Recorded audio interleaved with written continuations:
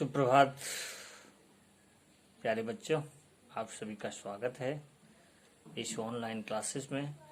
मैं Chandrashekhar Roy, assistant professor, Kashi Sahi college Saraikela, department of history, Kolhan university.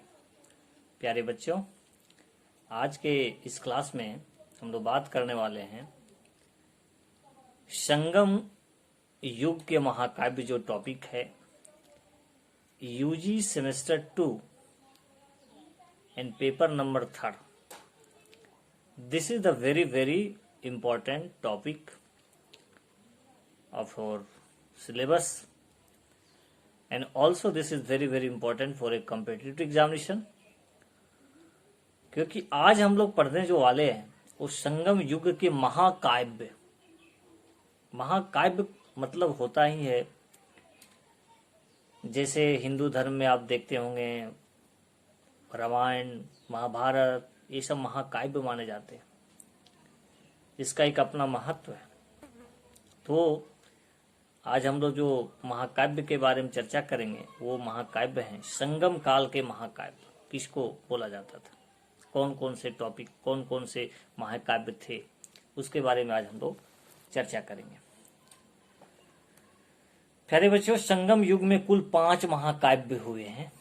पहला है शिल्पाधिकारम, दूसरा है मणिमेखले, तीसरा है जीवक चिंतामणि और वल्यपति तथा कुंडलकेशी। ये 5 महाकाव्य हुए। इसमें प्रथम 3 ही उपलब्ध है। हुए तो 5 है लेकिन 3 ही उपलब्ध हैं। ठीक है, तो देखते हैं। यद्यपि ये ग्रंथ संगम साहित्य के अंतर्गत नहीं आते, यद्यपि उनमें तत्कालीन जनजीवन के विषय में अच्छी जानकारी प्राप्त होती है। इन महाकाव्य के रचना काल को तमिल साहित्य का स्वर्ण युग कहा जाता है। यानी इन महाकाव्य के रचना काल को, यानी इस महाकाव्य का जिस काल में रचना हुई उस काल को जो है सो स्वर्ण युग बोला जाता है। जैसे गुप्त काल को स्वर्ण युग कहा जाता है, अब देखते होंगे प्राचीन भारत के इतिहास में।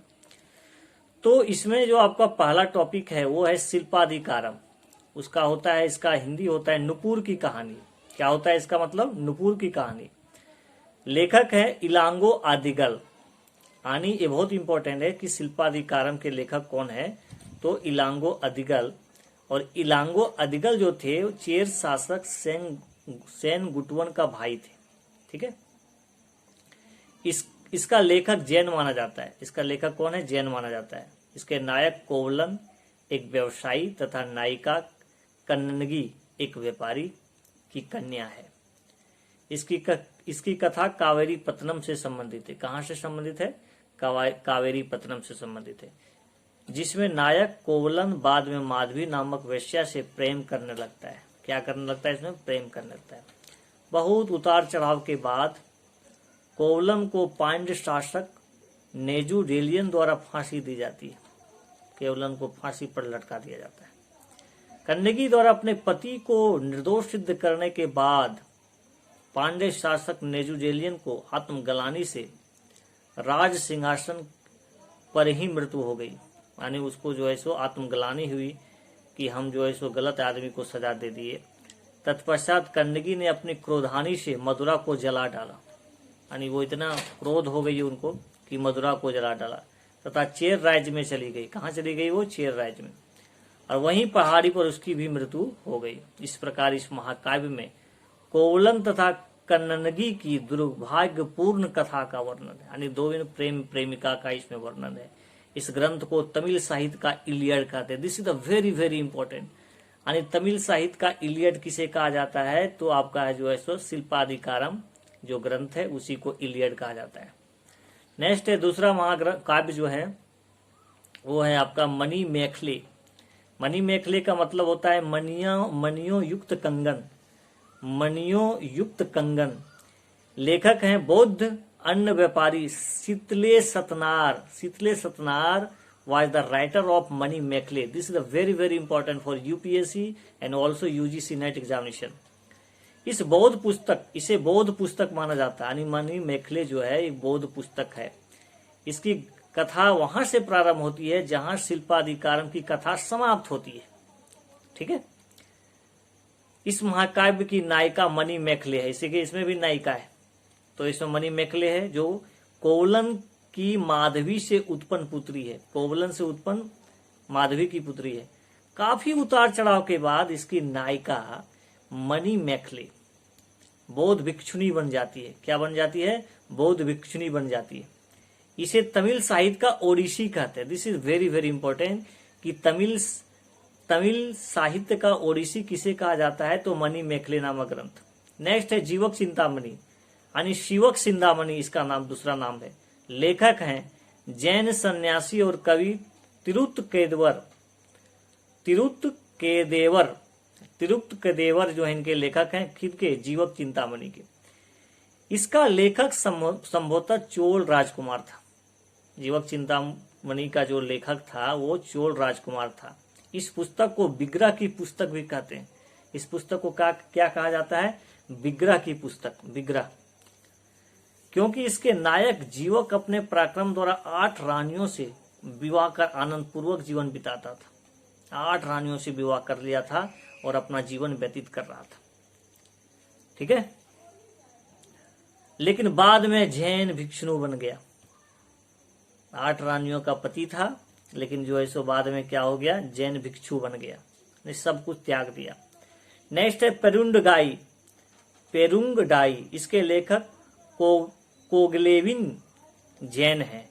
इस महान काव्य में कौशाम्बी के प्रसिद्ध राजा उदयन के पुत्र नखानदत्त के साहसिक कार्यों की कथा है। यानी पेरुंगडाई जो पुस्तक है इसके लेखक हैं कोंगलेविन वीर जैन। ठीक है, इसमें क्या है भाई? तो कौशाम्बी के प्रसिद्ध राजा जो उदयन थे के पुत्र जो है नाखनंदत्त जो है उनके साहसिक कार्यों की शौर्य के बारे में उसमें वर्णन है। नेक्स्ट है सुलामणि। नेक्स्ट पुस्तक है सुलामणि। इसके रचयिता जैन लेखक तोलामोली था। Tolamoli was the writer of Sulamani's book, यानी ये जो महाकाव्य है। इस काव्य की गणना तमिल साहित्य के 5 लघु काव्यों में होती है। यानी सुलामणि जो थे उनके रचयिता थे, लेखक थे तोलामोली, और इस काव्य की गणना जो है तमिल साहित्य के 5 लघु काव्यों में होती है। तो प्यारे बच्चों, आज के इस क्लास में हम लोग संगम युग के जो महाकाव्य हैं उसके बारे में चर्चा किए, और उसमें आज हम चर्चा किए शिल्पाधिकारम, जिसे नुपुर की कहानी कहते हैं। इसे लेखक जो थे इलांगो अदिगल थे, और इलांगो अदिगल जो थे वो चेर शासक सेन गुटवन का भाई था। नेक्स्ट जो हम लोग देखे मणि मैखले यानी मणियों युक्त कंगन। इसके लेखक कौन थे? बौद्ध अन्य व्यापारी शीतले सतनार थे। ठीक है, और एक तरह से मणि मैखले एक बौद्ध साहित्य पुस्तक माना जाता है, बौद्ध पुस्तक है ने। नेक्स्ट जो पुस्तक हम लोग देखे जीवक चिंतामणि, यानी इसके जो लेखक हैं जैन सन्यासी तिरुत्त केदेवर। ठीक है, और इस पुस्तक को यानी जीवक चिंतामणि की पुस्तक जो है उसको विग्रह की पुस्तक भी कहा जाता है। क्यों? कि भाई ये जो आपके राजा थे, शासक जो थे, नायक, वो 8 रानियों से विवाह किए थे, लेकिन बाद में क्या हुए? वो भिक्षु बन गए। कौन भिक्षु बन गए ये भी जानना बहुत जरूरी है कि बौद्ध बन गए कि जैन बन गए। तो जैन भिक्षु ये बन गए, यानी एक तरह से अलगाव हो गया।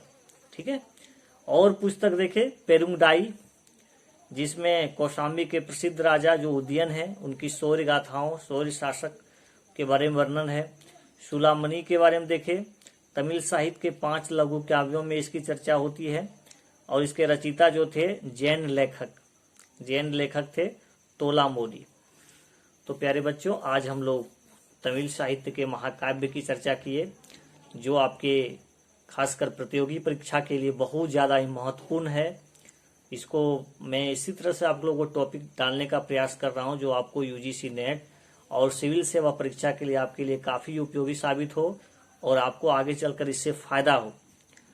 यहाँ की जो परीक्षा होगी, जो यूनिवर्सिटी की परीक्षा है, उसमें आप बहुत अच्छा कर सकते हैं यदि आप पूरी सिलेबस को अच्छे ढंग से, जिस तरह से आपको बताया जाने का प्रयास किया जा रहा है, उसको यदि आप थोड़ा सा भी पढ़ने का प्रयास कीजिएगा तो there will no any doubt कि इसमें आपको किसी तरह का कंफ्यूजन होगा, किसी तरह का दिक्कत होगा, सारा चीज आप पढ़ लीजिएगा बिना किसी हेजिटेशन के।